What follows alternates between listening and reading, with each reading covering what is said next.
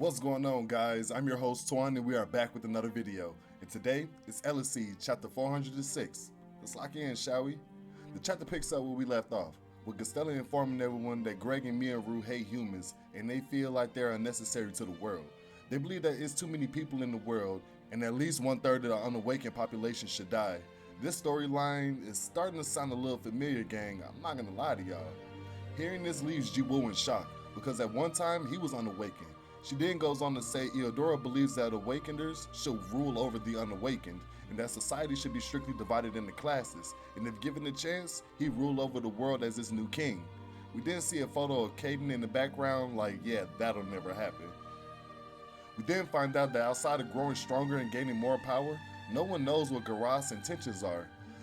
And the three members of Frame just want to take advantage of any opportunity that the world throws at them.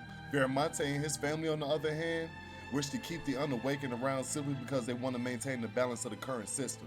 However, he also considers it important for the family to bear the responsibility that comes with having influence and power over the unawakened. Katie then gets a little irritated with Ji-Woo, because on multiple occasions, he's told him that the awakened world doesn't operate by the common sense Ji-Woo once knew.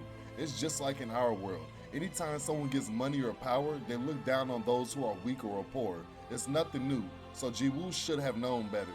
At this point, Ji-Woo asks them if they feel the same way as the others. But let's be honest, Caden, Pluton, Curtin, man, they barely have a brain cell amongst the three of them. So no, they don't feel the same way as the other top 10.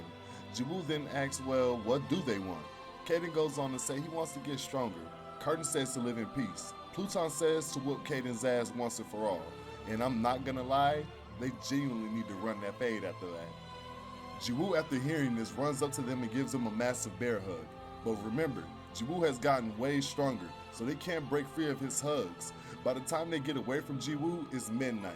As Caden is doing his nighttime routine, GESTELLA appears, and I'm just wondering, how many rooms does Ji-Woo have? Because it's been like 400 chapters. Like, bro should have a condo by now. Also, does Ji-Woo work? Who's paying for all this shit? Can somebody tell me who's paying for this shit? Anyway, GESTELLA asks Caden is he sure becoming stronger is his only goal in life, because it doesn't feel that way. She goes on to say before Caden was a loner, he wouldn't let anyone get close to him, and they were just in his way whenever he would try to get into a fight. And it felt like Caden was consuming himself along the way. But after spending time with him, she doesn't feel that way anymore. Caden goes on to say it isn't always necessary to desire something, and lately, he hasn't desired anything. This goes to show that Ji-Woo made a huge impact on Caden and softened him up over the years. Caden then asks the same question to GESTELLA, wondering what does she desire? And I think the answer is pretty obvious, my nigga. She desires you.